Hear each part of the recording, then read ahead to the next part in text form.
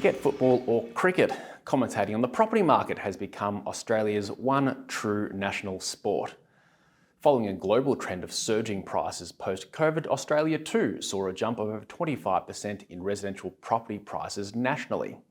Now, it would be naive to suggest that such an increase would not have been followed by moderation of some sort.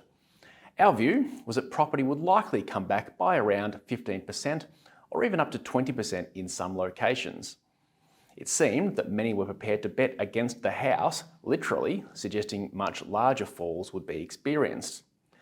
And while it's too early to call the bottom of the market, it appears that a 15% decline still feels about right, with a risk that the final landing point might come inside that marker.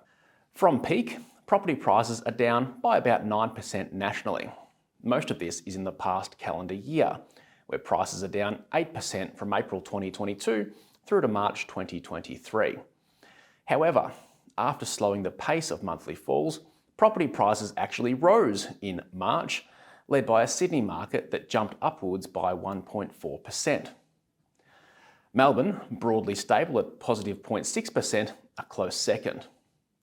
The market seems to be feeling its way towards the low point in the cycle. And while we're using sporting metaphors, investing in property is a marathon, not a sprint.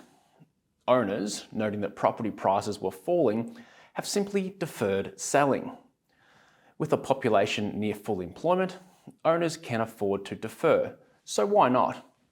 The result is that new listings are well down on their 5-year average, and total listings are also low. Low stock in an environment where demand still exists helps put an effective floor on prices for now. Let's also consider rentals. With population growth, a trend towards fewer people per dwelling, and an undersupply of stock, rental vacancies have hit a near record low, and rents are growing over 10.1% year on year. With no clear path to resolving this, sustained higher rentals do have the effect of improving the prospect of property as an investment and increasing investor demand. Another factor that will put an effective floor to the property market. The other item suggested as the catalyst of a crash is the effect of increased interest rates on borrower serviceability. However, bank and non-bank arrears are universally around their lowest recorded levels. There is no evidence of any widespread panic selling, and the resilience of the Australian household 11 months after the first interest rate rises is to be commended. Contrary to belief, people are also not stuck in their mortgages. Refinancing activity is currently near its highest recorded level. While commentating on property is a national sport, to Trobe Financial this is no game.